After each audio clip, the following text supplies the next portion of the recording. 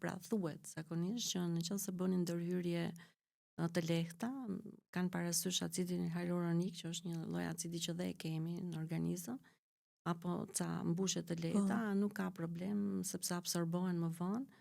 Nuk është fare kështu, sepse i kanë gjetur mbetjet e tyre në trurin e njerëzve. Pra nuk është se çdo gjë zhduket. Kështu që duan edhe ato kujdesin e tyre. Kjo për anën shëndetësore. Por pastaj edhe un kam edhe atë mendimin tim se thua dhe për anën tjetër, sepse ti e kuptoj kur njerëzit kanë fatkeqësi të ndryshme dhe duhet të rikuperohen estetikisht, është e rëndësishme sepse vjen trauma, duhet shëruar. Po në njerëz të cilët natyrshëm janë shumë të bukur, janë shumë normal dhe në fakt tek ajo larmia është dhe bukuria dhe në biologji te larmia e kemi gjithë atë potencialin ton, sepse larmia e bën ndryshimin, e bën çdo gjë.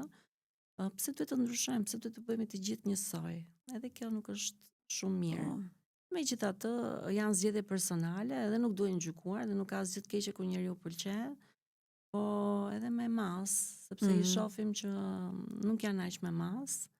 Po unë e kam më tepër në anën shëndetësore, se duhet të jesh dhe i kujdesshëm se ti ku shkon dhe e bën.